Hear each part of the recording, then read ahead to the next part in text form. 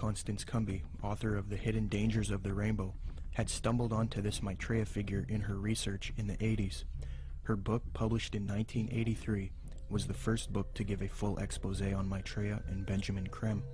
On page 21, she notes a Denver Post interview conducted by Jack Kissling speaking to Benjamin Creme, quote, "Won't the advent of a single world religion annoy the hierarchies of all the current Orthodox religions?" I asked.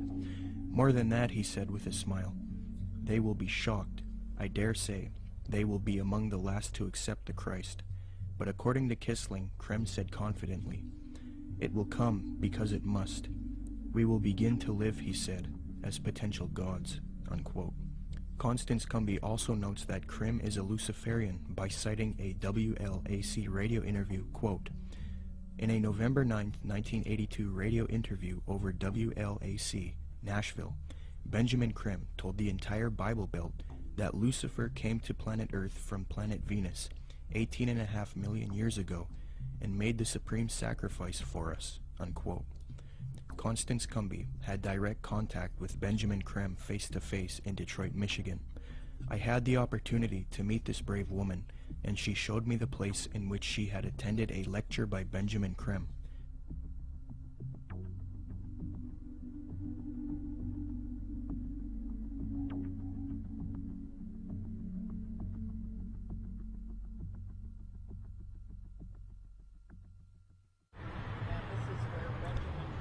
Spoke to a packed crowd November 4th, 1981,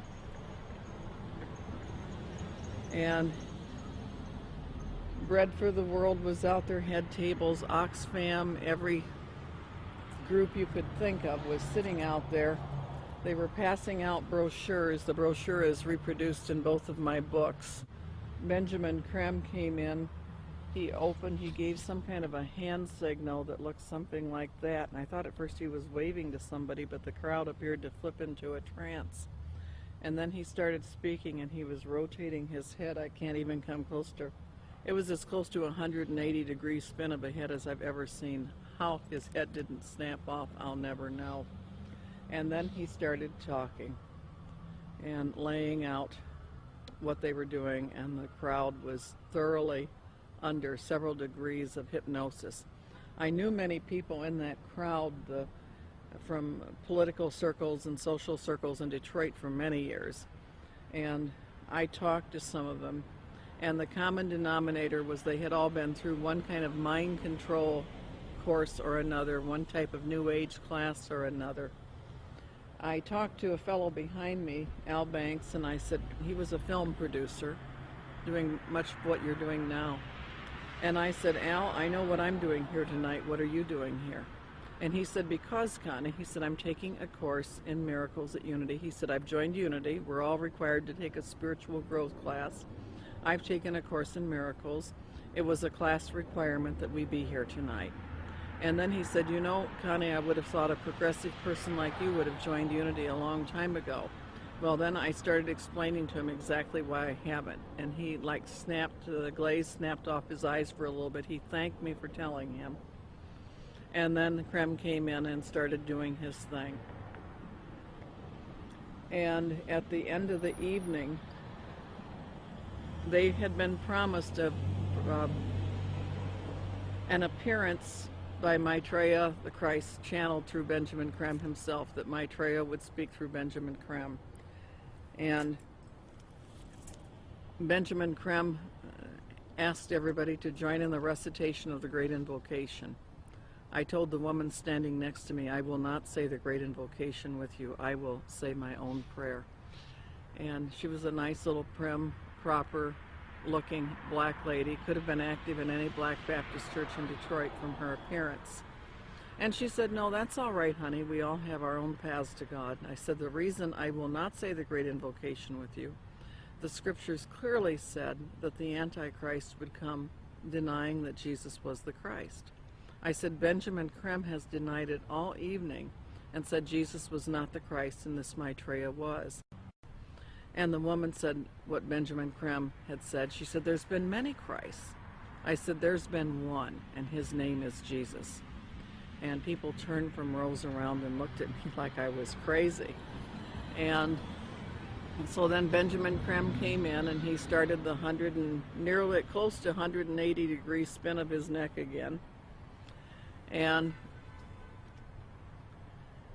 the crowd's hypnotic trance appeared to deepen, and he started out from the point of light within the mind of God, may light spring forth ever. And I went nice and clear, and I'll tell you, the acoustics in that building are wonderful. I said, Our Father, who art in heaven, hallowed be thy name. Thy kingdom come, thy will be done. And I did that each and every stanza. And they got down to the last part, said, May light and love and power fulfill thee plan on earth, and may it seal the door where evil dwells. And I said nice and loud and clear, I said, May Jesus Christ return to earth and end the evil present in this room tonight. Well, the funniest thing happened, or may I say it did not happen. Benjamin Krem stood there. He waited, and he waited. He clearly was watching for something to come over him. And it didn't happen. And he finally said to the crowd, he said, That will be all. You are dismissed. And, of course, everybody was extremely disappointed. And we went to the door, and I went walking out. I had brought some co-spies with me. They were kind of chickening out at that point and waiting for me. They were afraid of being ripped limb to limb. And I stood down there, and a number of those people knew me, and they were just furious with me. And I stood there calm, cool, and collected, and I said, well, I said, if you're Maitreya the Christ, Betreya the Christ, or whatever his name's supposed to be, or everything he's cracked up to be, one lousy Christian in there saying the Lord's Prayer shouldn't have stopped him. And Benjamin Krem has never come back to Detroit, although that was probably the most successful night financially and crowd-wise that he'd had in the United States. The following is a video taken in Iraq at a Shia Muslim festival. Share International and Benjamin Krem have put out that this is indeed an appearance of Maitreya, the supposed world teacher for the Age of Aquarius, One World Government. Commenting on this video, Share International reports, quote, Imam Mahdi, unexpected appearance, proclaims the title of a video posted on YouTube. A miraculous figure of glowing brilliant white light appeared on a video filmed in Karbala, Iraq, on the night of Ashura, 6 January 2008. This Shia Muslim ceremony commemorates the martyrdom of the grandson of the Prophet, Hussein, whose tomb is in Karbala. Benjamin Krem's master confirms that the light figure is Maitreya, Imam Mahdi to the Muslims, and that his dance-like movements with a sword remind us of his coming with the sword of cleavage. Could this be real, or is it a hoax? Is Maitreya real, or is he a hoax? Whatever the case may be, it turns out that it is not only New Agers and occultists who believe in this Maitreya, but politicians, presidents, and elitists also follow Maitreya. Wayne Peterson, a retired American diplomat and admitted supporter of Maitreya with connections to the Pentagon and the United Nations, stated the following about Mikhail Gorbachev and the White House in a Vision magazine interview, June 20th, 2000. Reporter Kendall Klug asks, I believe Mikhail Gorbachev has publicly stated his belief of the existence of Maitreya. Do you know if this is true? Wayne Peterson answers, I have one little story I could tell you about Gorbachev. A friend of mine who has worked with the World Bank went to the Heads of State conference in Europe and gave a speech where he borrowed many of Maitreya's ideas for economic reform out of a book by Benjamin Krem that I had given him. He told me that he had read the book on his flight to Europe and realized that his keynote address to these world officials, especially presidents and prime ministers, it was a very high-level meeting, was going to be very boring, with many having heard similar sentiments over and over. So he thought he would throw in some of Maitreya's ideas into the speech. The country he was in had a reigning monarch who invited him to lunch the next day. When he showed up for lunch, there were 16 to 20 people there, including Mr. Gorbachev. The monarch of this country said to my friend, I suppose you're wondering why we invited you here today. Well, we are all curious about where you got those ideas for your speech, which you presented yesterday. He said that my friend Wayne gave me a book written by Benjamin Creme about Maitreya's mission. Immediately they nodded their heads. We thought so, was the apparent response. That's why we invited you here. We all know of Maitreya, and we're doing what we can for him. But we are not able to say anything publicly because we are world leaders. We each have our own public to deal with. Only one person there stood up and said that they could use his name to legitimize these sightings, and that was Mikhail Gorbachev. He was the only man in the room who would say, "Use my name if you want." The reporter asks, "Do you think President Clinton has had an experience with Maitreya?" Wayne Peterson: "I don't know if President Clinton has. I believe that former President Bush has. We used to have transmission meditation groups that Maitreya had asked us to do around Washington, D.C.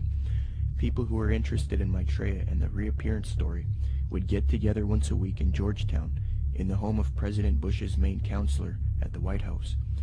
President Bush came over to this house for dinner one night, and the hostess was in the dining room as President Bush asked her, 'What do you think? I'm running against Clinton in this election. Am I going to win?' She said, 'No, Mr. President, you are not. Maitreya has already said that you are going to lose to Clinton.' Bush never challenged her, but merely said, 'Yeah.'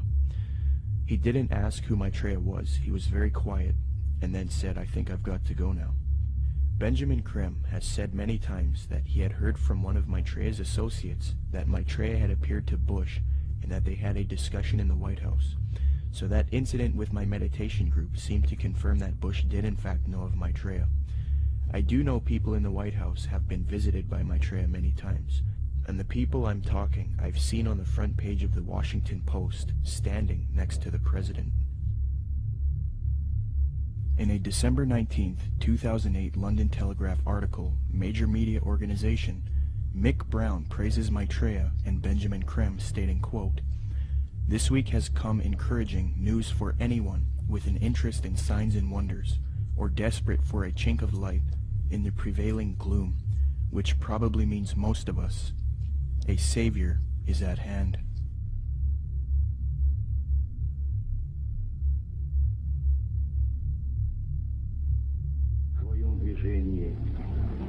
В другом направлении, к новому мировому порядку, I к think новой цивилизации. even that does not describe why the world has changed so much and why the world has turned so much toward a new world order and a new kind of civilization. Maitreya is one of the main theosophy in Maitreya.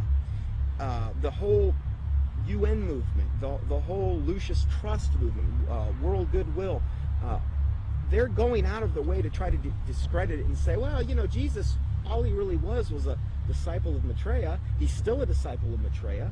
Maitreya is over him, and Jesus, they believe what happened is Jesus heralded in the age of Pisces. Now what we're going to be doing is now we need to herald in the age of Aquarius. This is where the New World Order comes in, and this is what Maitreya is going to bring. So we're going to de-emphasize Jesus, and we're going to move over to Maitreya. Jesus is just a disciple of Maitreya anyway, according to them.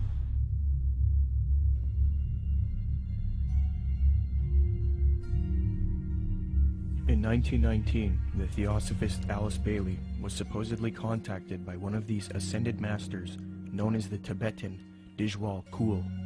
From 1919 to 1949, Bailey would write 24 books, and according to her, she would do automatic writing, a new age way of channeling and letting the force write for you.